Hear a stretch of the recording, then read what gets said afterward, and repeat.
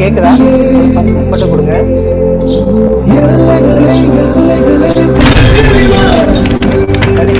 ஒரு மெசேஜ் கொடுங்க.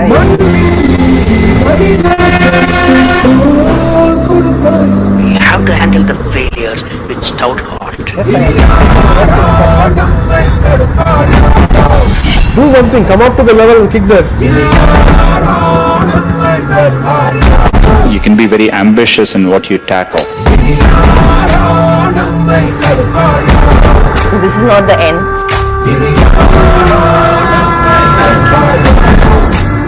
யாருமே நம்ம எங்கேயும் கூட்டிட்டு போய் அந்த சீட்ல உட்காந்து வைக்க மாட்டாங்க. அந்த டோரை திறக்கக்கூடாது, இடிச்சு உடைக்கணும். நெஞ்சு கொண்டு தீவரக்கும் கண்கள் உண்டு, முன்னெடுத்து காலை வையடா. கீறினாலும் நியாயமெங்கள் மூச்சு என்று உண்மையோடு சேர்ந்து நில்லடா. அச்சம் கொண்டு அச்சம் உண்டு, வெற்றி கொள்ள வேண்டும் என்று அச்சம் கொண்டு அச்சம் வெல்லடா. கூறல் ஒரு மனுக்கு மட்டும் இல்லையே, இது ஃபுல்லாவே கொஞ்சம் எமோஷனோட கனெக்ட் ஆயிருக்கும். अपना टाइम आएगा.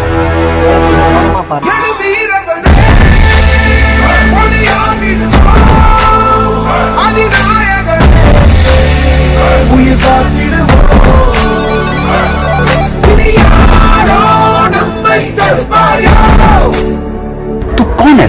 औकात क्या तेरा? ये दूसरा मेरे को बताएगा मैं कौन हूँ. நீ எது பேசுறதா இருந்தாலும் ஜெயிச்சுட்டு பேசு. वो ऐसे ही ऊपर अपने आप उन्हें कोई नहीं रोक सकता. మా నాన్న చనిపోతాడని తెలిసిన ప్రయత్నించాడు.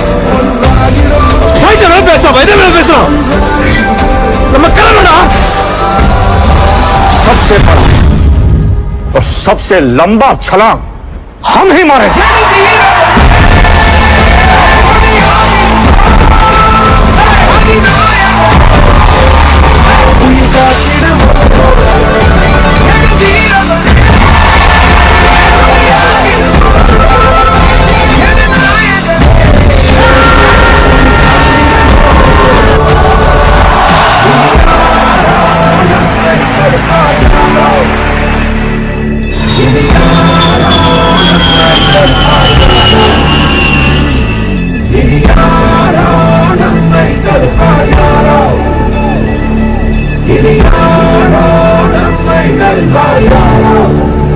இப்போ இந்த வீடியோல நிறைய விஷயங்கள் நம்ம எமோஷனலா கனெக்ட் ஆகிருக்கிறத பார்த்துருக்குறோம். நம்ம என்ன செய்ய போறோம் அப்படின்னு தெரியாத ஒரு சூழ்நிலையில பார்க்குறோம். அதுக்கடுத்து எவ்வளவோ எஃபர்ட் எடுக்கப்படுது. நம்முடைய கனவு என்ன, லட்சியம் என்ன, அதுக்கு நம்ம எப்படி கண்டினியூஸா உழைக்கணும், கடைசியா நம்ம எப்படி அந்த சக்ஸஸை ரீச் பண்ண போறோம், சக்ஸஸை ரீச் பண்ணதுக்கு அப்புறம் நம்முடைய எமோஷன்ஸ் எப்படி இருக்கு அப்படின்றதெல்லாம் நீங்க அந்த வீடியோல கிளியரா பார்த்துருப்பீங்க. ஸோ இது ஒரு ஷார்ட் வீடியோவா இருந்தாலும் நம்ம லைஃப்ல இதெல்லாம் பார்த்துட்டு இருக்கிற விஷயம்தான். அவ்வளோ ஈஸியாக இதெல்லாம் நம்ம ஒதுக்கிட்டு போயிடவே முடியாது. திருப்பி திருப்பி திருப்பி நம்ம பார்க்கக்கூடிய விஷயங்கள் எல்லாம் அதுதான். ட்ரீம், கோல், அவர் action, then success and happiness. அதனால ஹாப்பினஸ்ன்றது எப்பயுமே சக்ஸஸ்க்கு அப்புறம் கிடையாது. ஹாப்பினஸோட இருக்கும்போது சக்ஸஸை ஈஸியாக அடைய முடியும். அதுதாவே. So everybody will think in their life after getting victory they will realise the happiness.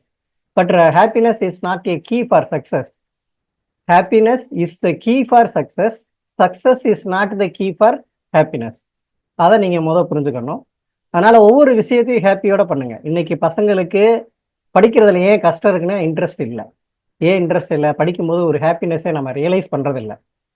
அப்போ நாம் இந்த வயசுலேயே பண்ணலை அப்படின்னா அடுத்து நம்ம ஹையர் எஜுகேஷன் போகிறோம். அதுக்கடுத்து பசங்களுக்கு நம்ம சொல்லிக் கொடுக்க போகிறோம். இன்கேஸ் நிறைய பேருக்கு அது ப்ரொஃபஷனாக கூட மாறலாம். நீங்கள் எம்பிபிஎஸ் முடிச்சுட்டு அதுக்கப்புறம் ஹையர் ஸ்டடீஸ்க்கு அப்புறம் நீங்கள் ப்ரொஃபஸராக கூட மாறலாம் மெடிக்கல் காலேஜில். இல்லை ஒரு ஐஐடியில் ஒரு ப்ரொஃபஸராக கூட நீங்கள் மாறலாம். ஸோ எப்படி வேணாலும் சரி, டீச்சிங்கை நீங்கள் ஒதுக்கவே முடியாது. அடுத்து உங்களுக்கு பின்னாடி வரக்கூடிய ஜென்ரேஷனுக்கும் நீங்கள் எதவோ டீச் பண்ணிக்கிட்டே தான் இருக்க போகிறீங்க. ஸோ அதனால் எஜுகேஷன் நம்ம ஒதுக்கவே முடியாது.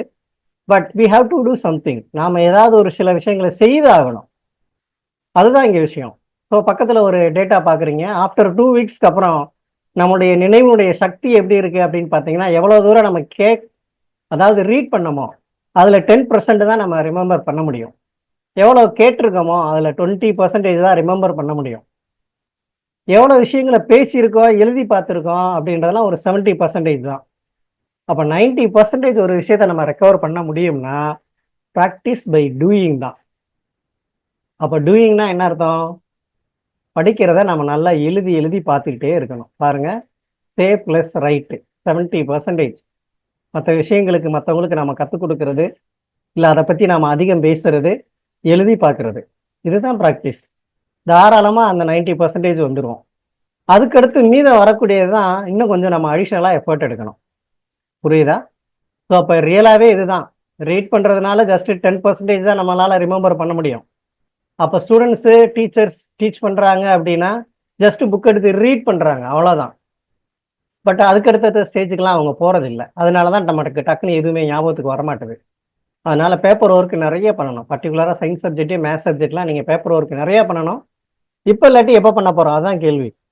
அதுக்கடுத்து முக்கியமான ஒரு விஷயத்தோட நம்ம போராடி ஆகணும். எதெல்லாம் இருக்குது அப்படின்னா பேட் ஹேபிட்ஸ். ஒவ்வொருத்தருக்கு ஒவ்வொரு விதமாக பேட் ஹேபிட்ஸ் இருக்கலாம். ஒவ்வொருத்தருக்கு எதுக்கு எடுத்தாலும் கோவம் வரலாம், வீட்டில் அம்மா அப்பாவை ஏற்று பேசலாம், உதாசீனப்படுத்தலாம். இதெல்லாம் சரி, நான் செய்யறதெல்லாம் சரி அப்படின்னு நீங்கள் வாதாடலாம். பட் அது எல்லாமே உங்களை நல்ல நிலைமைக்கு எடுத்துகிட்டு போகாது. அதே மாதிரி அஃபேர்ஸ் இருக்கலாம். இன்னொன்று செல்ஃபோன், சொல்லவே தேவையில்லை. அதை நம்ம கடைசி என்ன கொஞ்சம் நேரத்தில் பார்க்கலாம். ஸோ இந்த மாதிரி இருக்கக்கூடிய ஹேபிட்ஸ் எல்லாமே நம்ம என்ன பண்ணிகிட்டே வரணும் அப்படின்னா கொஞ்சம் கொஞ்சமாக அதிலிருந்து நம்ம வெளியில் வந்துகிட்டே இருக்கணும். வெளியில் வரும்போது கண்டிப்பாக இங்கே ப்ராக்ரஸ் க்ரோத்துன்றது இம்ப்ரூவ் ஆகிட்டே இருக்கும். ஸோ அதனால் என்ன பண்ணுங்கள், உங்கள்கிட்ட இருக்கக்கூடிய விஷயத்த ஒரு பேப்பரில் உட்காந்து எழுதுங்க. இதுவும் பேப்பர் ஒர்க்கு தான். அனாலிசிஸ்ன்றதுமே பேப்பர் ஒர்க்கு தான். அப்போ எந்தெந்த விஷயம்லாம் என்னை டிஸ்டர்ப் பண்ணிகிட்டே இருக்குது, எது என்னை படிக்க விட மாட்டுது அப்படின்றத அனலைஸ் பண்ணி அதுலேருந்து கொஞ்சம் கொஞ்சமாக வெளியில் வாங்க. எப்படி வெளியில் வர முடியும் அப்படின்னா, உங்களுக்கு எது பிடிச்ச விஷயமோ அதை செய்யுங்க. பிடிக்காத விஷயத்துலேருந்து வெளியில் வந்துடுவீங்க. இது ஒன்று தான் மெயினாக பார்க்க வேண்டிய ஒரு விஷயம். எனக்கு ஒரு விஷயம் பிடிக்கல, நான் அதுலேருந்து வெளியில் வரணும். அப்போ நான் எப்படி வெளியில் வர முடியும் அப்படின்னா, எனக்கு பிடிச்ச விஷயத்த நான் அதிகப்படுத்த பிடிக்காத விஷயம் ஆட்டோமேட்டிக்காக போயிடும். இதுதான் விஷயம். அதனால பேட் ஹேபிட்ஸை என்னால் விடவே முடியல அப்படின்னு நீங்கள் சொல்ல வேண்டாம். நான் எந்நேரமும் ஃபோன் பார்த்துக்கிட்டே இருக்கேன் அப்படின்னா, எது உங்களுக்கு பிடிச்ச விஷயமோ, பாட்டோ டான்ஸோ பண்ணிக்கிட்டே இருங்க. இல்லை நல்லா ரீடிங் புக்ஸு, ஸ்டோரி புக்ஸோ பண்ணுங்க, விளையாடுங்க. ஓகே, இதெல்லாம் செய்ய செய்ய பேட் ஹேபிட்ஸ்லேருந்து வெளியில் வருவீங்க. அப்போ அதுக்கு ஆப்போசிட்டை நீங்கள் கண்டுபிடிக்கணும். அதை நீங்கள் தான் அனலைஸ் பண்ண முடியும். இதை பீஸ்ஃபுல்லாக மார்னிங் உட்காந்து கொஞ்சம் அனலைசிஸ் பண்ணுங்கள். தாராளமாக அதுக்குரிய சொல்யூஷன் உங்கள் மைண்டு கொடுக்கும். ஏன்னா உங்களுக்கான ஆன்சரை உங்கள் மைண்டு தான் கொடுக்கணும். எப்படி எக்ஸாமில் ஆன்சரை உங்கள் மைண்டு தான் எடுத்து கொடுக்குது. ஸோ உங்களுடைய பிஹேவியர், உங்களுடைய டிஃபிகல்ட்டிஸுக்கு சொல்யூஷன் அடுத்தவங்க சொல்கிறத விட உங்கள் மைண்டு தான் கிளியராக எடுத்து சொல்லும். அது எப்போ அப்படின்னா நீங்கள் பீஸ்ஃபுல்லாக இருக்கும்போது. அது ஏர்லி மார்னிங் தான் சாத்தியம். ஏர்லி மார்னிங்னா ஆஃப்டர் 5 to 6 இந்த டயத்துக்கு முடிஞ்ச அளவுக்கு நீங்கள் எந்திரிக்க பழகணும். எதுவாக இருந்தாலும் சரி, படிக்கிறதா இருந்தாலும் சரி, இல்லை ஏதாவது ஒரு விஷயத்தில் டெசிஷன் எடுக்கிறதா இருந்தாலும் சரி. நைட்டு 10:30 11க்கு மேலே தயவு செய்து முழிச்சு படிக்க வேண்டாம். நிறைய பேருக்கு நிறைய ஹேபிட் இருக்கும். என்ன ஹேபிட் இருக்கும் அப்படின்னா, நான் நைட்டு பூரா படிப்பேன், ஆனால் காலையில் எந்திரிக்க மாட்டேன். அந்த மாதிரி இது தவறான ஹேபிட்டு. இது என்னதான் நீங்கள் சக்ஸஸ்ஃபுல்னு சொன்னாலும் இது சக்ஸஸ்ஃபுல் கிடையாது. கண்டிப்பாக ஹெல்த்தை நம்ம கெடுத்துக்கிறோம்.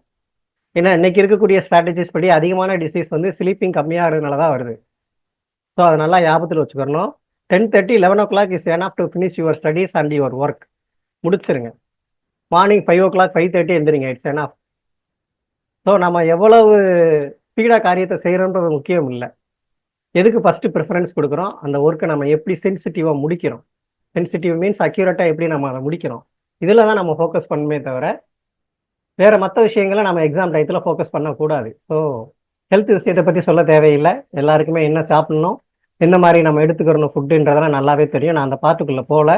அதனால் மார்னிங் எந்திரிச்சதும் உங்களுக்குள்ளேயே நீங்கள் சொல்லுங்கள், பாசிட்டிவான விஷயங்களை சொல்லுங்கள். நான் நல்லா லேர்ன் பண்ணிகிட்ருக்கேன், நல்லா படிச்சுட்ருக்கேன், எனக்கு நிறைய விஷயங்கள் புரியுது, நல்லா எஃபர்ட் எடுக்கிறேன். இடையில உங்களுக்கு நீங்களே மோட்டிவேட் பண்ணுங்கள். சில சென்டென்ஸ் எல்லாம் எழுதி வச்சுக்கோங்க. எந்த சென்டென்ஸை வாசிக்கும் போதோ சொல்லும் போதோ எனக்கு பூஸ்டப் ஆகுதுன்னு நீங்கள் நினைக்கிறீங்களோ அதெல்லாம் ஒரு பேப்பரில் எழுதி வைங்க, இல்லை ஃபோனில் நோட் பண்ணி வைங்க. ஏதாவது ஒரு விஷயம் உங்களுக்கு பேசணும்னு தோணும், அதை நீங்கள் ரெக்கார்ட் பண்ணி வைங்க. எப்போ உங்களுக்கு டைம் கிடைக்குதோ அப்போ நீங்கள் பேசினதை ரெக்கார்டை போட்டு கேளுங்க. அதெல்லாம் உங்களுக்கு ஒண்டர்ஃபுல்லான ஒரு மோட்டிவேஷனாக இருக்கும். ஓகே, ஸோ இந்த மாதிரியெல்லாம் நீங்கள் ட்ரை பண்ண ஒரு போரிங்கான மைண்ட் செட்லேருந்து வெளியில் வருவீங்க, நெகட்டிவான மைண்ட் செட்லேருந்து வெளியில் வருவீங்க. உங்களுக்கு பிடிச்சதை நீங்கள் செய்ய உங்களுடைய வேகமும் சரி, அக்யூரஸியும் சரி, திருப்தியாக உங்களுக்கு லைஃப்பில் போயிட்டே இருக்கும். அதனால் கவனம் கொடுங்க. பேட் ஹேபிட்ஸ்லேருந்து வெளியில் வரணும்னா ஒரே வழி இதுதான். உங்களுக்கு பிடிச்ச விஷயத்த நீங்கள் செஞ்சுட்டே இருங்க. உங்களை மோட்டிவேட் பண்ணிகிட்டே இருங்க. அடுத்தவங்க என்னதான் டிமோட்டிவேட் பண்ணாலும் தயவு செய்து அதெல்லாம் காது கொடுத்து கேட்காதீங்க. ஏன்னா அதெல்லாம் கேட்க கேட்க இன்னும் உங்களை வந்து டீக்ரேட் பண்ணிகிட்டே இருக்கும். உங்களுடைய எனர்ஜியை குறைச்சிக்கிட்டே இருக்கும். அடுத்தவங்களுக்கு என்ன மெயினாக பிடிக்கும் அப்படின்னா, நம்ம நல்லா இல்லை, நம்மளால சக்ஸஸ் பண்ண முடியல அப்படின்னா அவன் சந்தோஷப்படுவான். இது இயல்பாகவே ஹியூமன் பீயிங்கோட நேச்சர். நல்லா வந்துட்டா அப்படின்னா, இவன் எப்படிடா நல்லா வந்தான், இவன் எப்படிடா எவ்வளோ தூரம் வந்தான் இல்லையா? இது வந்து காமனான சைக்காலஜி, எவ்வளோ பெரிய ஆளாக இருந்தாலும் சரி. அதனால் என்ன பண்ணுங்க, தயவு செய்து மற்றவங்க சொல்லக்கூடிய நெகட்டிவான கமெண்ட்ஸை டிஜிட்டல் சம்திங் அளவு கூட உங்கள் புத்திக்குள்ளே கொண்டு போகாதீங்க. ஓகே, ஸோ மைண்ட் செட்டை பொறுத்த வரைக்கும் இவ்வளவுதான். எல்லாமே உங்களால் முடியும் அப்படின்றத நீங்கள் மைண்டில் வைங்க. ஸோ சில விஷயங்களை உங்களுக்கு நீங்களே எழுதி வச்சுக்கோங்க. அதை திருப்பி திருப்பி சொல்லி பாருங்க. கண்டிப்பாக அது உங்களுக்கான ஒரு சேஞ்சஸை கொண்டு வரும். இன்னொன்று கேரக்டர், நல்ல விஷயத்த பழகுங்க.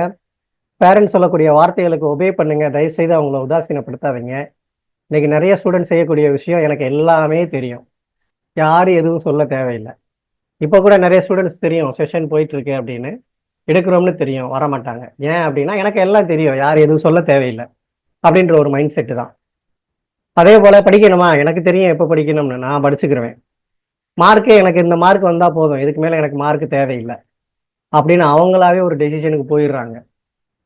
ஓகே, ஸோ இதுதான் இன்னைக்கு இருக்கக்கூடிய ஸ்டூடெண்ட்ஸ் மத்தியில் இருக்கக்கூடிய மிகப்பெரிய ஒரு பிரச்சனை. இதுதான், எனக்கு எல்லாம் தெரியும், யாரும் எதுவும் சொல்ல தேவையில்லை.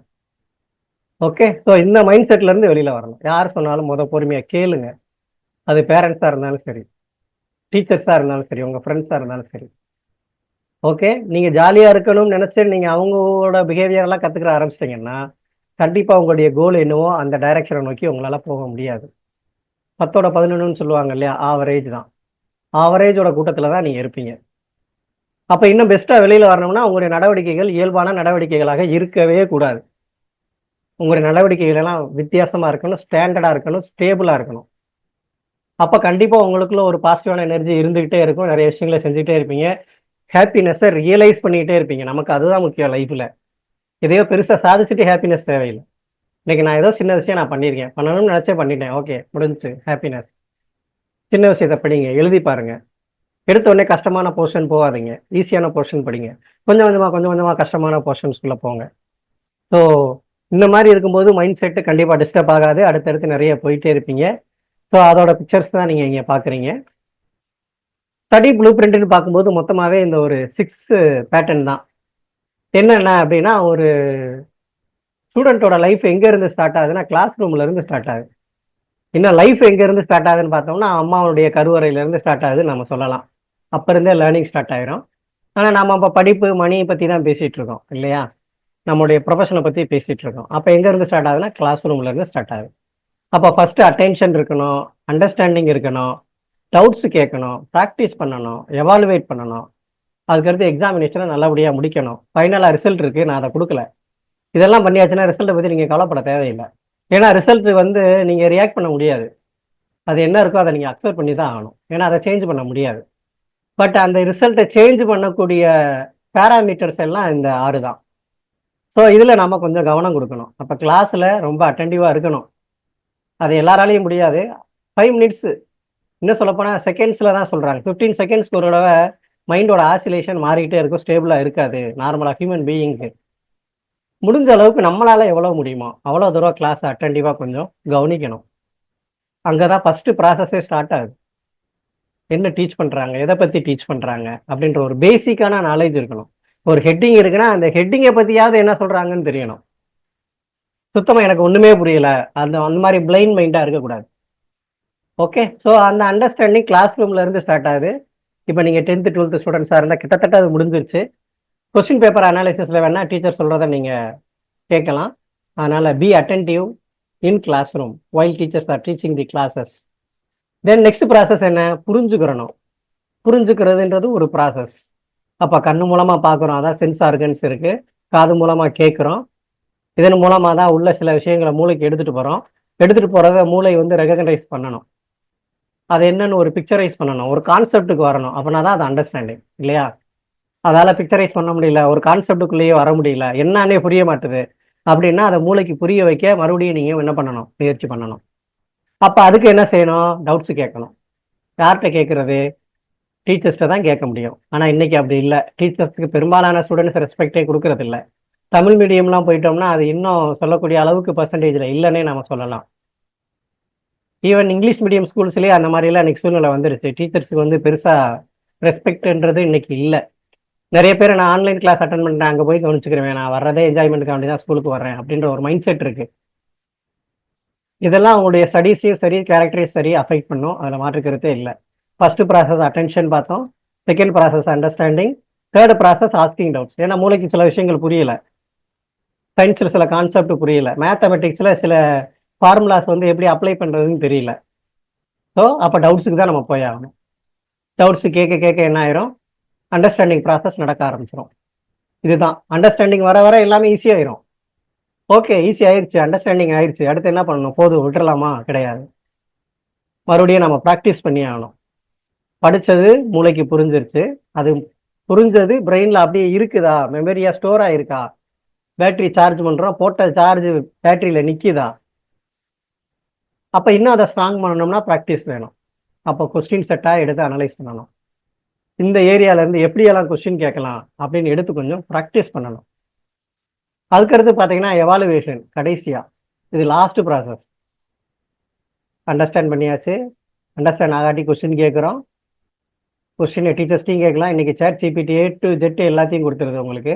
ஆரம்பத்தில் கூட சேட் ஜிபிடியை பற்றி யாருக்கும் தெரியல. பட் இப்போ நிறைய ஏஐ யூஸ் பண்ணும்போது சேட் ஜிபிடியோட ஒர்க் எந்த அளவுக்கு வைடாக இருக்குன்னு நம்மளால் புரிஞ்சுக்க முடியுது. இன்னும் வரக்கூடிய காலகட்டத்தில் எல்லாமே ஏஐ தான், எல்லாமே ஏஐ தான், கம்ப்ளீட்டாக மாறப்போகுது நிறைய ஃபீல்டு எல்லாத்துலேயுமே. அதுக்காக நான் வந்து டீச்சரை ஏஐ வந்து ரீப்ளேஸ் பண்ணிடும்னு சொல்ல வரல, அதை செய்ய முடியாது. பட் டெக்னாலஜி அட்வான்ஸ்டாக போக போகுது, குயிக்காக வந்து சேஞ்ச் ஆக போகுது. எப்படி நம்ம பட்டன் செல்லேருந்து ஆண்ட்ராய்டு ஃபோனுக்கு வந்துட்டோமோ அது மாதிரி இன்னும் ஷார்ட் பீரியடில் எல்லாமே இந்த ஏஐ மூலமாக சேஞ்ச் ஆக போகுது.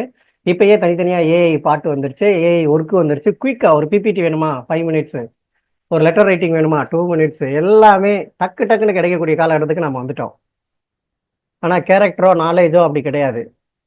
நாலேஜ் ஓகே பண்ண முடியும், கேரக்டர் அப்படி கிடையாது. ஓகே, இப்போ படித்ததெல்லாம் மைண்டில் இருக்குதான்றதை எவால்வேட் பண்ணணும். எப்படி எவால்வேட் பண்ணுறது, புக்கை மூடி வச்சிடணும், கொஸ்டினை மட்டும் எடுக்கணும். எப்படி எக்ஸாம் ஹாலில் இருக்குமோ அதே போல் கொஸ்டினை மட்டும் எடுத்து அதுக்கு ஆன்சர் நமக்கு வருதான்றதை ரிவைஸ் பண்ணிகிட்டே இருக்கணும். வரலையா மறுபடியும் அந்த பேஜுக்கு போகணும், ஆன்சரை ரீகலெக்ட் பண்ணணும். இதுக்கு பேர் தான் எவாலுவேஷன். நிறைய பேர் புக்கை பரட்டிக்கிட்டே இருப்பாங்க, அப்போதைக்கு மைண்டில் ஞாபகத்தில் இருக்கும். ஏன்னா ப்ரெசன்ஸ் ஆஃப் மைண்டுன்னு சொல்கிறோம். பார்க்கும்போது அது மைண்டில் இருக்கும், படித்தது மாதிரியே தோணும் எல்லாம். ஆனால் எக்ஸாம் ஹாலில் போய் உட்காந்தா மைண்டு பிளைண்ட் ஆயிரும். ஏன்னா அது மாதிரி நம்ம ப்ராக்டிஸ் பண்ணலை, புக்கை வச்சே படித்து பழகிட்டோம். அப்போ எப்போ வந்து நம்ம புக்கு இல்லாமல் எவாலுவேட் பண்ணி பழகுறோமோ அப்போ தான் நம்மளால் சில விஷயங்களை உள்ளே இருக்கா, ஸ்டோர் ஆயிடுச்சா நம்மளுக்குள்ள அப்படின்றத ரியலைஸ் பண்ண முடியும். அதுக்கு எவாலுவேஷன்ற மெத்தட் ரொம்ப ரொம்ப முக்கியம். கடைசியாக எக்ஸாம். பதட்டம் இல்லாமல் நீங்கள் படிக்கும்போது என்ன ஃப்ரீக்குவென்சியில் என்ன மனநிலையில் இருந்தீங்களோ அதே மனநிலையில் எக்ஸாம் ஹாலில் இருந்தால் அது கூட அப்படியே ஞாபகத்துக்கு வரும். ரேடியோவை டியூன் பண்ணுற மாதிரி தான். 100.5 வைக்கிறீங்க அப்படின்னா 100.5ல் என்ன ப்ரோக்ராம் நடக்குதோ அது கேட்கும்.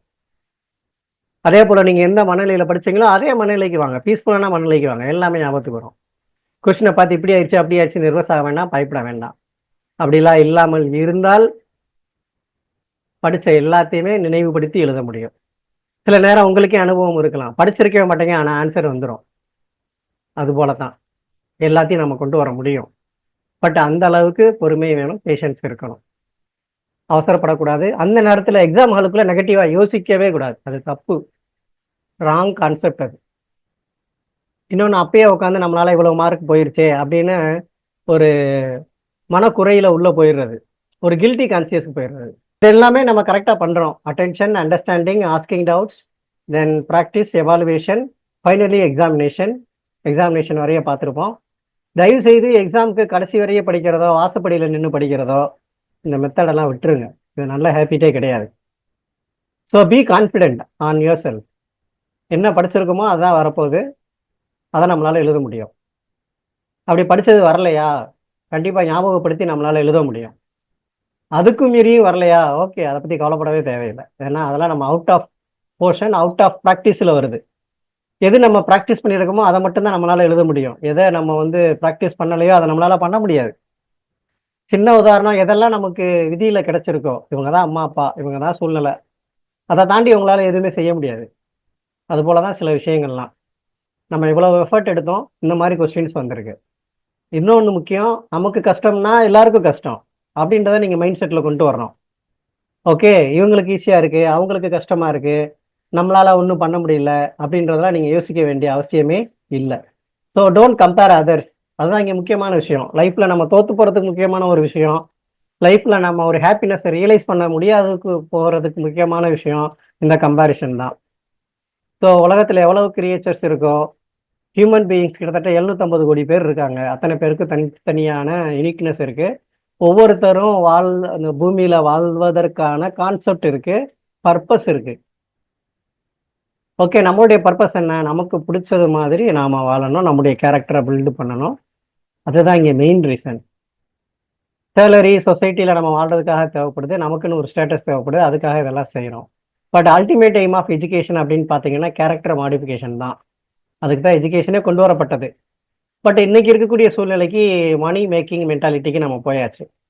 சரி, ஓகே, அப்போ இவ்வளோ தூரம் நம்ம படிக்கிறது எல்லாமே சம்பாதிக்கிறதுக்கு தானா அப்படின்னா ஃபர்ஸ்ட் பர்பஸ் அதுதான். பிகாஸ் மணி இல்லாமல் நம்ம இந்த ஃபீல்டில் இந்த உலகத்தில் வாழவே முடியாது. ஸோ அதுதான் ஃபர்ஸ்ட் பர்பஸ். அதை நீங்கள் ஃபுல்ஃபில் பண்ணாமல் மற்ற விஷயத்த செய்ய போகிறீங்க அப்படின்னா அது கண்டிப்பாக நடக்காது. அது எல்லா விஷயத்துலையும் உங்களை டிஸ்டர்ப் பண்ணிகிட்டே இருக்கும் கடைசி வரைக்கும். இதே நீங்கள் மணியை சேமித்து நீங்கள் கொடுத்துருங்க, இல்லை சேவிங்ஸில் வச்சுக்கோங்க, அதனால உங்களுக்கு எந்த ஒரு ப்ராப்ளமும் பெருசாக ஒன்றும் வராது. ஸோ அதனால தான் நம்ம இவ்வளோ தூரம் படிக்கிறோம். நிறைய பேர் முன்னாடியெல்லாம் பார்த்தீங்க அப்படின்னா +2 முடிச்சுட்டு எல்லாம் எம்பிபிஎஸ் நான் டாக்டர் ஆக போகிறேன், ஃப்ரீயாக எல்லாருக்கும் எஜுகேஷன் கொடுக்க போகிறேன் அப்படின்னு ஸ்டேட் ஃபஸ்ட்டு வர்றவங்கலாம் சொல்லுவாங்க. அவங்களாம் இப்போ எங்கே இருக்காங்கன்னே தெரியல. ஏன்னா எங்கேயுமே ஃப்ரீயாலாம் இன்னைக்கு மெடிக்கல் ட்ரீட்மெண்ட் கிடையாது. ஃப்ரீயாக இருந்தால் அது நமக்கு தேவையும் இல்லை, அது அந்த அளவுக்கு குவாலிட்டியோடய இருக்காது. ஆனாலும் சில விஷயங்கள் எப்பயுமே ஃப்ரீயாக தான் நடக்கும்.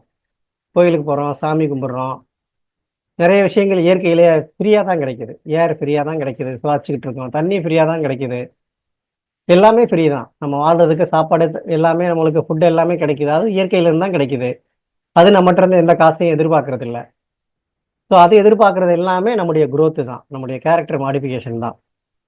ஓகே, ஸோ அதனால எக்ஸாமுக்குரிய ப்ராசஸ் இதுதான். இதை நீங்கள் கரெக்டாக பண்ணிட்டீங்க அப்படின்னா ரிசல்ட்ன்ற பார்ட்டுக்கே போக வேண்டாம். அதனால தான் நான் ரிசல்ட்ன்ற பார்ட்டுக்கே போகல. Then one more thing, now or never, that is the concept. Student லைஃப்ன்றது கிரேட் லைஃப். இதுக்கடுத்து இந்த மாதிரி லைஃப் உங்களுக்கு வாழ்க்கையில் கிடைக்க போகிறதே இல்லை. எதனால் அப்படின்னா இதுதான் ஒரு கோல்டன் பீரியட் நம்முடைய லைஃப் ஸ்டேஜஸ் ஆஃப் ஹியூமன் பீயிங்கில். ஒரு கிரேட்ஃபுல்லான ஒரு ஜேர்னினா ஸ்டூடெண்ட் லைஃப் தான். ஓகே, காலேஜ்லேயும் அந்த லைஃப் உங்களுக்கு கிடைக்கும், நோ ப்ராப்ளம். அதுக்கடுத்து நீங்கள் வரும்போது உங்களுடைய வெர்சன் மாறும். ஓகே, உங்களுக்கு சப்போர்ட் பண்ணுறதுக்கு தான் அவங்க எல்லாருமே இருக்காங்க, பேரண்ட்ஸு, டீச்சர்ஸு, ஃப்ரெண்ட்ஸு. 4வதாக ஒரு ஆளை நான் சேர்த்துட்டேன், சோசியல் மீடியா. அது இல்லாமல் நீங்கள் இருக்க முடியாது. நாங்கள் படிக்கும் போதெல்லாம் என்ன பண்ணுவாங்க, வீட்டில் டிவியை டிஸ்கனெக்ட் பண்ணுவாங்க. அப்போல்லாம் ஃபோன் இருக்காது, ஸோ டிஸ்டர்பன்ஸும் இல்லை. இன்னைக்கு அப்படி கிடையாது, ஃபோன் இல்லாமல் நம்மளால் இருக்க முடியறது இல்லை. ஸோ அதனால் அதை 4வது ஒரு பர்சனாக ஃபேமிலியில் ஒரு மெம்பராக சேர்த்தாச்சு அதை. பட் அதை எப்படி யூஸ் பண்ணணுன்ற ஸ்ட்ராட்டஜியை நீங்கள் கற்றுக்கணும். ஓகே, நம்மளால் கம்ப்ளீட்டாக அதுலேருந்து வெளியில் வர முடியாது. ஓகே, செல்ஃபோன் இல்லாமல் இருக்க முடியாது, சோசியல் மீடியா இல்லாமல் இருக்க முடியாது. பட் அதை சரியாக பயன்படுத்தணும். அதில் கற்றுக்கிறதுக்கான விஷயங்கள் எக்கச்சக்கமாக கொட்டி கிடக்கு. அது யூடியூப்பாக இருக்கலாம், இன்ஸ்டாகிராமாக இருக்கலாம், ஃபேஸ்புக்காக இருக்கலாம், வாட் எவர் இட் மேபி, கொட்டி கிடக்கு நாலேஜெல்லாம். ஓகே, நீங்கள் ChatGPTலாம் போனீங்கன்னா என்ன வேணும் உங்களுக்கு? பிபிடி வேணுமா? ஓகே, டீச்சர்ஸ் ஹோம்ஒர்க் கொடுத்துருக்காங்களா, டைப் பண்ணுங்கள், அதுவே கொண்டு வந்து கொடுத்துரும் 5 நிமிஷத்தில். இதை கண்டுபிடிச்சிருவாங்கன்னு ஃபீல் பண்ணுறீங்களா? இல்லை, இது ஒரு ஸ்டூடெண்ட் எழுதுனது மாதிரி எனக்கு மாற்றி கொடு, ஃபஸ்ட்டு டைப்பில் கொடு, செகண்ட் டைப்பில் கொடு, தேர்ட் டைப்பில் கொடு, அப்படியே கொடுத்துரும். டீச்சர்ஸே கண்டுபிடிக்க முடியாது, அந்த அளவுக்கு எல்லாம் சிம்பிளிஃபை ஆயிடுச்சு. ஏஐ இன்னும் நிறைய ஒர்க்கை சிம்பிளிஃபை பண்ண போகுது. ஓகே, அதெல்லாம் நம்ம அடுத்து பார்க்கலாம். ஏஐயோட எஃபெக்ட் எப்படி இருக்கும் அப்படின்றதெல்லாம் நம்ம அடுத்து பார்க்கலாம். ஓகே, அது நமக்கு கான்செப்ட் இல்லை. ஸோ இவங்க எல்லாருமே உங்களுக்கு ஹெல்ப் பண்ணுறதுக்கு தான் இருக்காங்களே தவிர யாரும் உங்களை டிஸ்டர்ப் பண்ணுறதுக்கோ, யாரும் உங்களை காயப்படுத்துறதுக்கோ இல்லைன்றதை நீங்கள் புரிஞ்சுக்கிறணும். பேரண்ட் எவ்வளோ கஷ்டப்படுறாங்க.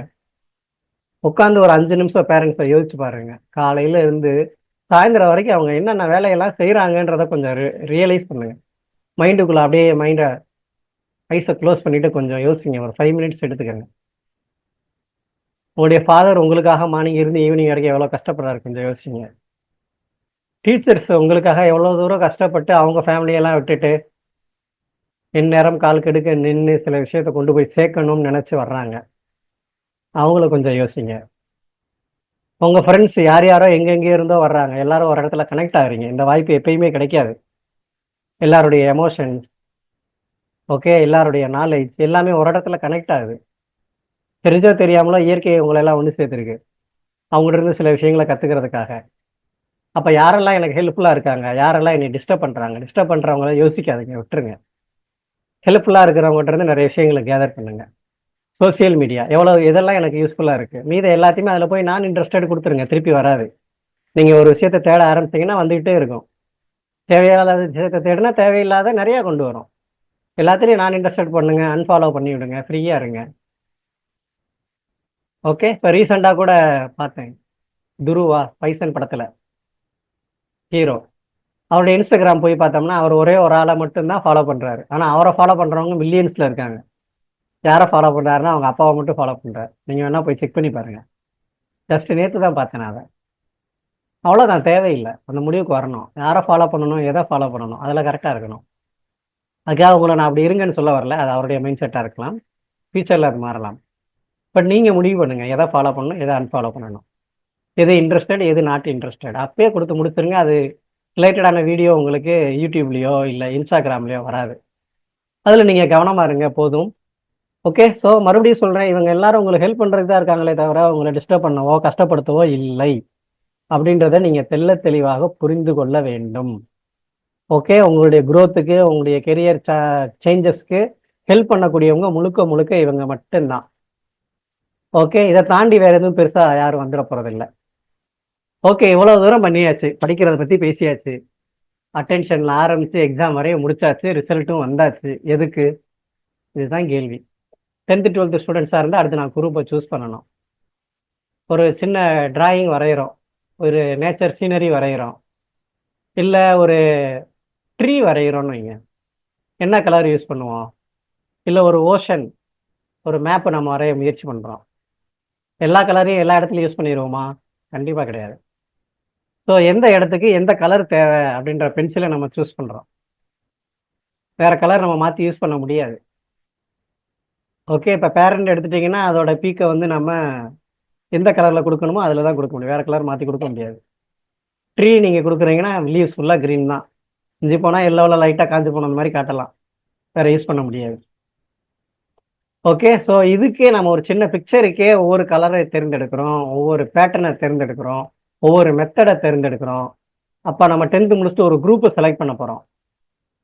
இப்போ தான் இதே மாறப்போகுது. உங்கள் கூட வந்த ஃப்ரெண்ட்ஸ் எல்லாம் உடைய போனால் பிரிய போகிறான். நிறைய பேருக்கு அவங்க எதிர்பார்க்குற குரூப் அந்த ஸ்கூல்லேயே கிடைக்கிறது இல்லை. அப்போ எல்லாம் பேரண்ட்ஸ் எவ்வளோ கஷ்டப்படுவாங்கன்றத நேரடியாக பார்க்கும்போது தான் தெரியும். மார்க் இல்லை, கொடுக்க முடியாது, எல்லாம் ஃபஸ்ட் குரூப் வேணும்னுவான், சயின்ஸ் குரூப்பாக வேணும்னுவான். அந்த அளவுக்கு படிக்கிறதுல இன்ட்ரெஸ்ட் இருக்காது. பட் அந்த அளவுக்கு ஸ்கோர் பண்ணி வாங்க முடியுமா, நல்ல குரூப் எடுத்து நம்மளால் படிச்சிட முடியுமா ஃபர்தரா அப்படின்னா அப்பயும் கஷ்டப்பட்டு தானே ஆகணும், ஏன்னா அப்பயும் படிச்சு தான் ஆகணும். ஓகே, அதனால் நல்லா ஹார்ட் ஒர்க் பண்ணக்கூடிய ஸ்டூடெண்ட்ஸ் சயின்ஸ் குரூப் எடுக்கலாம். இல்லைன்றவங்க தாராளமாக சோசியல் ரிலேட்டடான குரூப்ஸ் நிறைய இருக்குது, அதை எடுக்கலாம். அதெல்லாம் நம்ம அடுத்த ஆப்ஷன்ஸில் நம்ம பார்க்கலாம். ஓகே, ஸோ அதனால் எது உங்களுக்கு பெஸ்ட்டு இருக்குது அப்படின்றத நீங்கள் அனலைஸ் பண்ணணும். அப்போ ஒரு கெரியரை நான் சூஸ் பண்ண போகிறேன் அப்படின்னா எதெல்லாம் நான் அனலைஸ் பண்ணணும், எதெல்லாம் நான் கவனத்தில் எடுத்துக்கணும். முன்னாடி நம்ம மார்க்கை பார்த்தாச்சு, எப்படி படிக்கணும், மார்க் இம்ப்ரூவ் ஆகணுன்றதை பார்த்தாச்சு. மார்க் இல்லாட்டி குரூப் எடுக்க முடியாது, 12th மார்க் இல்லாட்டி பெஸ்ட்டு கோர்ஸ் பெஸ்ட்டு காலேஜ் கிடைக்காது. ஓகே, சிபிஎஸ்சி ஸ்டூடெண்ட்ஸு நீங்கள் இன்ஜினியரிங் அப்ளை பண்ண போகிறீங்கன்னா மெட்ரிக் ஸ்டூடெண்ட் மார்க் அசால்ட்டாக ஸ்கோர் பண்ணுவான். கவுன்சிலிங்லாம் அவனுக்கு நீங்கள் பின்னாடி தான் வருவீங்க. ஏன்னா மெட்ரிக்கில் 80% தாண்டது, சாரி சிபிஎஸ்சியில் 80% தாண்டது கஷ்டம். ஆனால் மெட்ரிக்கில் அவன் எல்லாத்துலேயும் சென்டம் வாங்குவான். ஏன்னா இங்கே பேட்டர்ன் வேறு, டிஃபிகல்ட்டிஸ் வேறு, லெவல் வேறு. அதனால் ரொம்பவே கவனம் கொடுங்க. நீட் ஜேஇ எழுதுகிற ஆட்களாக இருந்தால் பிகினிங்லேருந்தே உங்களுடைய எஃபர்ட் இன்க்ரீஸ் பண்ணுங்கள். லாஸ்ட் நேரத்தில் எஃபர்ட் கொடுக்கணும்னு சொல்லி முயற்சி பண்ணாதீங்க. லாஸ்ட் நேரம் எஃபர்ட் பாஸ் ஆகிறதுக்கு வேணால் ஹெல்ப் பண்ணுமே தவிர ஒரு ட்ரெமெண்டஸ் சக்ஸஸ்க்கு கொண்டு போக முடியாது. So please give more attention if you are going to attend any competitive exams or any entrance exams further after your +2. So collect more informations. NEET ஜெயியை தவிர தனித்தனியாக இருக்கக்கூடிய டீம்டு யூனிவர்சிட்டிஸ் எக்ஸாம்ஸ் எல்லாம் கண்டக்ட் பண்ணுறாங்க. So என்னென்னலாம் exams இருக்குது, knowledge gather பண்ணுங்கள். எப்போ எந்த எக்ஸாம் டேட் ஸ்டார்ட் ஆகுது, எப்போ க்ளோஸ் பண்ணுறாங்க, அந்த நாலேஜெல்லாம் எப்பயுமே அப்டேட்டில் இருக்கணும். ஓகே, என்ன கோர்ஸ், என்ன காலேஜ், அப்போ அதுக்கு முன்னாடி நம்ம என்ன செய்யணும்? இதில் ஒரு 4 பேராமீட்டர்ஸ் இருக்குது. ஒன்று ஆப்டிடியூட், இன்னொன்று ஆட்டிடியூட், அடுத்து இன்ட்ரெஸ்ட்டு, கெரியர் அனாலிசிஸ். இந்த 4 விஷயம் ரொம்ப ரொம்ப முக்கியம் ஒரு கெரியரை சூஸ் பண்ணுறதுக்கு. ஃபர்ஸ்ட் விஷயம் ஆப்டிடியூட் தெரியும் உங்களுக்கு. ஸ்டடீஸ் ரிலேட்டடாக இருக்கக்கூடிய performance, numerical, verbal, mechanical, reasoning, spatial அப்படின்னு சொல்லுவோம். இந்த ஏரியா, அதாவது வெர்பல்னால் உங்களுக்கு தெரியும், வெர்பல் நான் வெர்பல் கொஸ்டின்ஸ்லாம் இன்றைக்கி காம்படிட்டிவ் எக்ஸாம்ஸில் இருக்குது. நியூமரிக்கல்னால் ஃபுல்லி கால்குலேஷன் பார்ட்டு. மெக்கானிக்கல் ஓரியன்டட்னா மெக்கானிக்கல் ரிலேட்டடாக இருக்கக்கூடிய இன்ட்ரெஸ்ட்டு. Reasoning questions. ஸ்பேஷியல்னால் எதோட சேர்த்தா கரெக்டாக மேட்ச் ஆகும், ஃபிட் ஆகும், எதுக்கடுத்து எந்த டயக்ராம் வரும், இதெல்லாமே உங்களுடைய ஐக்யூ எப்படி இருக்குது, ஸ்டடீஸ் எப்படி இருக்குது அப்படின்னு பார்க்குறதுக்காண்டி தான். அதை நம்ம அனலைஸ் பண்ண முடியும். இதுக்கு பேர் சைக்கோமெட்ரிக் டெஸ்ட்டுன்னு பேர். இதெல்லாம் கண்டக்ட் பண்ணியிருக்கோம். நிறைய பேருக்கு சக்ஸஸ்ஃபுல்லாகவே ரிசல்ட் வந்திருக்கு. எப்படி ஒரு பிளட் டெஸ்ட் எடுத்தோம்னா எல்லாமே வந்துடுது.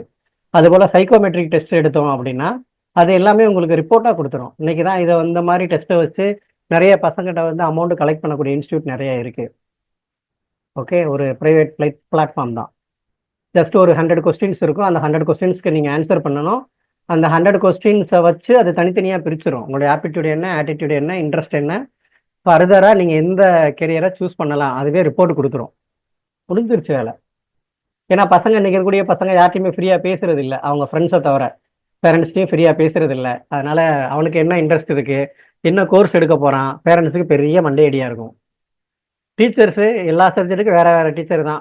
முன்னாடி மாதிரி லோயர் கிளாஸில் மாதிரி ஒரு டீச்சர் எல்லா சப்ஜெக்ட் நடத்துறது இல்லை. அதனால் எந்த டீச்சருக்கும் எந்த ஸ்டூடெண்ட்டை பற்றி முழுமையாக தெரியாது. அதுதான் உண்மை.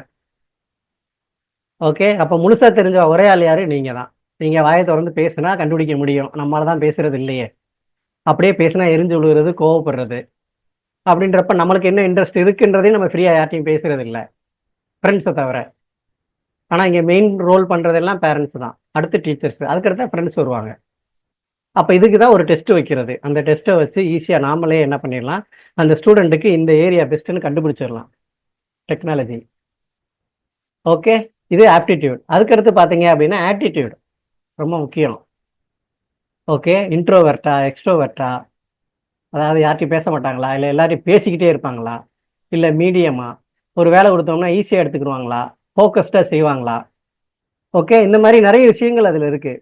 ஸோ இன்ட்ரோவர்ட்டு, எக்ஸ்ட்ரோவர்ட்டு, ஈஸியாக ஒரு விஷயத்தை அப்ரோச் பண்ணுறது, ஃபோக்கஸ்டாக இருக்கிறது, ப்ராக்டிக்கலாக அப்ரோச் பண்ணி பார்க்குறது, ரியாலிஸ்டிக்காக இருக்கிறது, காம்படிட்டிவாக யோசிக்கிறது, அவனோட நான் நல்லா பண்ணணும், இப்படி ஒவ்வொருத்தருடைய காம்படிட்டிவாக போகிறது, இல்லை கோஆப்ரேட்டிவாக போகிறது, ஸ்ட்ராங்கான மைண்டாக இருக்கிறது, சென்சிட்டிவாக இருக்கிறது, எவ்வளோ குவாலிட்டிஸ் இருக்குது பாருங்கள். இது பூரா ஆட்டிடியூடில் வருது. ஸோ அந்த டாட் இருக்கு இல்லையா, இது ஒரு ஸ்டூடெண்ட்டோட ரிப்போர்ட்டு ஃபைனலாக நான் காட்டுறேன். ஸோ அந்த டாட்டு தான் அவங்களுடைய ஏரியாவாக காட்டுது. உங்களுடைய ஆட்டிடியூட் எப்படி இருக்கணும்? ஃபார் எக்ஸாம்பிள், ஃபோக்கஸ்டு, ஆர்கனைஸ்டாக இருப்பாங்க, இமேஜினேட்டிவாக இருப்பாங்க, எக்ஸ்பிரிமெண்டலாக யோசிப்பாங்க, அப்படின்றதான் ஆட்டிடியூடில் பேராமீட்டர்ஸ். அடுத்து இன்ட்ரெஸ்ட்டு, எந்தெந்த ஏரியாலெலாம் எனக்கு இன்ட்ரெஸ்ட் இருக்குது. ஓகே, பிரிச்சுக்கோங்க. மியூசிக்லேருந்து, ஸ்போர்ட்ஸ்லேருந்து எல்லாத்தையும் ஒரு பேப்பர் எடுத்து எழுதுங்க. இதெல்லாம் எனக்கு இன்ட்ரெஸ்ட் இருக்குது அப்படின்றத வச்சு நீங்கள் இன்வெஸ்டிகேட்டிவாக யோசிப்பீங்களா, ஆர்டிஸ்டிக்காக யோசிப்பீங்களா, இல்லை ஒரு என்டர்பிரைசிங் லெவலில் இருப்பீங்களா, சோசியலாக எல்லாருடைய கனெக்ட் ஆவீங்களா, இதெல்லாம் நம்ம இன்ட்ரெஸ்ட் லெவலில் ஈஸியாக கண்டுபிடிக்க முடியும். ஸோ அதுக்கு ஒரு கிராஃப். ஓகே, நீங்கள் நார்மலாக பார்க்கக்கூடிய அந்த ஹெக்ஸாகோனல் பென்சில் ஷேப், அது ஓகே ஹெக்ஸாகோனல் டைப்பு. அது வந்து எக்ஸ்பெக்டட் லெவல், எல்லாத்துலேயும் 10 பாயிண்ட்ஸ் இருந்தால் எக்ஸ்பெக்டட் லெவல். ஆனால் ப்ளூ கலர் காட்டுது இல்லையா, அதுதான் அந்த ஸ்டூடெண்ட்டோட ரிசல்ட்டு. அது பாருங்கள், எங்கிட்ட இழுத்துட்டு நிற்கிது, ஒவ்வொரு ஏரியா பக்கம் நிற்கிது. ஃபைனலாக அது என்ன சொல்லுதுன்னா, இன்வெஸ்டிகேட்டிவாக இருப்பாங்க, கன்வென்ஷனலாக இருப்பாங்க, சோசியலாக இருப்பாங்க. அப்போ அவங்களுடைய நேச்சர் என்ன, இயல்பாக அவங்க ஒரு திங்கர், ஆர்கனைசர், ஹெல்ப்பர் அப்படின்னு ரிப்போர்ட் சொல்லுது. ஓகே, இதெல்லாம் வச்சு தான் கடைசியாக நம்ம கேரியரை அனலைஸ் பண்ண போகிறோம். பாருங்கள், அதுவாகவே பக்கத்தில் கிராஃப் போட்டுருது எவ்வளோ பர்சன்டேஜ் அப்படின்னு. அப்போ இந்த ஸ்டூடெண்ட் எது ரிலேட்டடான ஃபீல்டை சூஸ் பண்ணலாம்? Science and mathematics, journalism, information technology, engineering. So இந்த மாதிரி அதுவே ஆப்ஷன் கொடுத்துருது பர்சன்டேஜில்.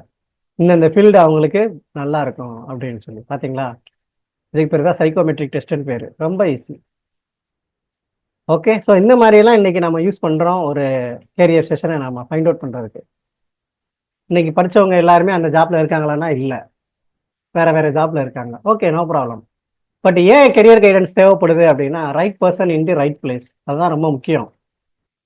ஒரு பாக்ஸ் எடுத்துக்கிட்டால் அதில் டூல்ஸ் ஒவ்வொன்றும் எந்தெந்த இடத்துல எப்படி வைக்கணும்னு ஒரு கால்குலேஷன் இருக்குது இல்லையா, ஃபிட் ஆகணும். அது அப்போ சொசைட்டி ஏன் இன்னும் இம்ப்ரூவ் ஆகலை அப்படின்னா யாருமே சரியான இடத்துல சரியான பிளேஸில் இல்லை. அதனால தான் சொசைட்டியும் ஒவ்வொரு பக்கம் இழுத்துட்டு கிடக்கு. சரியான இடத்துல சரியான பர்சன் இருக்கணும். ஃபார் எக்ஸாம்பிள் நல்லா ஹெல்ப் பண்ணக்கூடிய டெண்டன்சியாக இருக்கிறவர் ஒரு டாக்டராக இருக்காருன்னு வைங்க, 1,00,000 ரூபா ஆகக்கூடிய ஒரு எக்ஸ்பென்சஸ் ஆப்ரேஷனை தாராளமாக 50,000க்கோ 60,000க்கோ செலவு பண்ண முடியும். சரியான பர்சன் அந்த இடத்துல இருந்தால் இன்னும் அவரால் ஃப்ரீயாக ட்ரீட்மெண்ட்டும் பார்க்க முடியும் எக்ஸ்ட்ரா டைமில். ஓகே, ஸோ இதுதான் இங்கே முக்கியமான விஷயம். Right person to do the right job. அதுதான் கெரியர் கவுன்சிலிங்கோட ஒர்க்கு, கெரியர் கவுன்சிலரோட ஒர்க்கு. நமக்காக மட்டும் இல்லை, சொசைட்டிக்காக. ஏன்னா அந்த சொசைட்டி தான் நம்மளை எவ்வளோ தூரம் கஷ்டப்படுத்துது. அப்போ நமக்கு பின்னாடி வரக்கூடிய ஜென்ரேஷன்லையாவது சொசைட்டியை நல்ல விதமாக பார்க்கணும். சொசைட்டி நல்ல விஷயங்களை கற்றுக் கொடுக்கணும். இன்னைக்கு நிறைய விஷயங்களை நாம தெரிஞ்சோ தெரியாமலோ கற்றுக்குறோம்னா எல்லாம் அந்த சொசைட்டியோட இம்பேக்ட் தான். அப்போ அந்த சொசைட்டியை கொண்டு வர வேண்டிய பொறுப்பு நமக்கு இருக்கு. ஓகே, ஸோ அதுக்கு தான் நம்ம எவ்வளோ தூரம் பேசுகிறோம். எது உங்களுக்கு இன்ட்ரெஸ்ட், எதை நீங்கள் சூஸ் பண்ணணும், எதை எடுக்கணும், இவ்வளோ விஷயங்களை டிஸ்கஸ் பண்ண வேண்டியது. இது எல்லாமே நான் சொன்னது ஒவ்வொன்று டாபிக் தான். நீங்கள் ஒவ்வொன்று எடுத்தாலே நம்ம நிறைய நேரம் அதை அனலைஸ் பண்ணலாம். முன்னாடி நான் சொன்ன ஒரு 6 விஷயம் அட்டென்ஷனில் ஆரம்பித்து கடைசியில் எக்ஸாம் வரைய, இதில் ஒரு 4 விஷயம் எல்லாமே நம்ம ரொம்ப நேரம் பேசலாம். பட் அதுக்கெலாம் நமக்கு பொறுமையும் பத்தாது, நேரமும் நமக்கு இல்லை. ஸோ இதெல்லாம் ஒரு ஹிண்ட்டு தான். என்னென்ன சொல்லியிருக்கோமோ அதெல்லாம் நீங்கள் கொஞ்சம் மைண்டில் வச்சுக்கோங்க. இப்போ எக்ஸாம் நிறைய ஓப்பனில் வந்துருச்சு. ஸோ 12th முடித்தவங்க பாருங்கள், இவ்வளோ தூரம் deemed universities then autonomous universities எல்லாருமே அவங்க தனித்தனியாக எக்ஸாம் கண்டக்ட் பண்ண போகிறாங்க. CLAT test opening date closing date முடிஞ்சு 7/11. எக்ஸாம் டேட்டு 7/12 எழுத போகிறாங்க. JEE Main exam session 1 session 2 date வந்துடுச்சு. இப்போதைக்கு செஷன் 1 வந்திருக்கு. லாஸ்ட் டேட் பார்த்துக்கோங்க 27/11 கரண்ட்டில் இருக்குது. நீங்கள் அப்ளை பண்ணுறதா அப்ளை பண்ணலாம். நேஷ்னல் இன்ஸ்டியூட் ஆஃப் டிசைன் அதிலிருந்து டேட்டு கொடுத்துட்டாங்க. அதுக்கடுத்து பார்த்தீங்கன்னா அதோட main exam. Then all India லாவுக்குரிய என்ட்ரன்ஸ் டெஸ்ட்டு அதுக்கும் 10/11 டேட்டு முடிஞ்சு. அடுத்து VIT, Amrita University, SRM University எல்லாருமே டேட் அனௌன்ஸ் பண்ணிட்டாங்க. ஸோ நீங்கள் 12th ஸ்டூடெண்ட்ஸாக இருந்தால் கண்டிப்பாக டேட்டை மிஸ் பண்ணிடாதீங்க. அந்தந்த டேட்டுக்குள்ளே எல்லாத்தையும் கரெக்டாக அப்ளை பண்ண பழகிக்கங்க. Okay, so thank you so much for your patience. Till now you have heard something from me. நிறைய விஷயங்கள் இருக்குது பேசுகிறதுக்கு, பட் இது போதும் அப்படின்னு எனக்கு தோணுச்சு. பல விஷயங்கள் தான் என்னால் கொடுக்க முடிஞ்சது. அடுத்து நெக்ஸ்ட் வீக்கு ஒரு வீடியோ வரும். அடுத்தடுத்து ஒவ்வொரு வீடியோவாக நான் ரிலீஸ் பண்ணுறதா ஐடியாவில் இருக்கேன். அடுத்து வர்றது எல்லாமே spiritual plus educational, motivational, health ரிலேட்டடாக தான் வீடியோஸ் வரும். அட்லீஸ்ட் ஒரு வாரமும் 2 வீடியோஸாக அது வரும். ஸோ கண்டிப்பாக பாருங்கள். ரொம்ப வளவலன்னு இருக்காது, ஷார்ட்டாக இருக்கும், தேவையான விஷயங்களாக தான் இருக்கும், உங்களுக்கு ஹெல்ப்ஃபுல்லாக இருக்கும். ஸோ இந்த session thank you so much for your patience. இப்போ ஏதாவது கேட்க வேண்டியது இருந்தால் நீங்கள் கேட்கலாம். ஸோ பார்ட்டிசிபெண்ட்ஸ் எத்தனை பேர் இருந்தாலும் சரி, அதை பற்றி ஒன்றும் பிரச்சனை இல்லை. பேசணும்னு விருப்பம் இருந்தால் தாராளமாக கேட்கலாம். இல்லை சார் அதெல்லாம் நாங்கள் கேட்டு பழக்கமே இல்லை அப்படின்னு யோசிச்சிங்கன்னா இந்த 5 ரீசனை பாருங்களேன். பொதுவாகவே நம்ம யார்கிட்டையும் கேள்வி கேட்கறது இல்லை. ஏன் கேட்கறது இல்லை? Okay, so they are impressed. They don't want to appear ignorant. They think they should know the answer. Don't want others to know, they hate to ask. Don't want to bother figuring out what to do. இந்த reason தான் மெயினாக சொல்லக்கூடிய விஷயம். நம்ம பேசுறது இல்லை. ஆனால் இன்னைக்கு இருக்கக்கூடிய சொசைட்டியில் நீங்கள் பேசலைன்னா எங்கேயுமே வின் பண்ணவே முடியாது. So if you are introvert, definitely you should change your attitude as extrovert. டவுட்டே கிடையாது இதில். ஸோ அதனால தான் பெரும்பாலும் நான் பார்க்கக்கூடிய ஸ்டூடெண்ட்ஸ் எல்லாருமே இன்ட்ரோவர்ட்டாக இருக்காங்கன்னா அவங்ககிட்ட தான் நான் அதிகம் பேசுவேன். எக்ஸ்ட்ரோவர்ட்டெல்லாம் பேசுகிறதே இல்லை.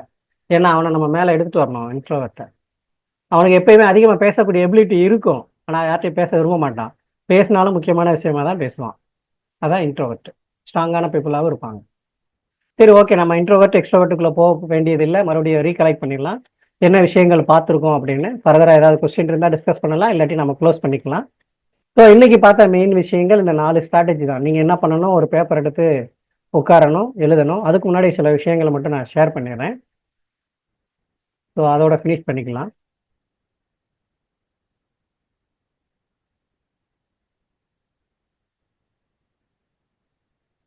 ஒரு ஸ்டூடெண்ட்டோட ரிப்போர்ட் சொன்னேன் இல்லையா? ஸோ அந்த ஸ்டூடெண்ட்டோட ரிப்போர்ட்டை வந்து நம்ம பார்க்கலாம்.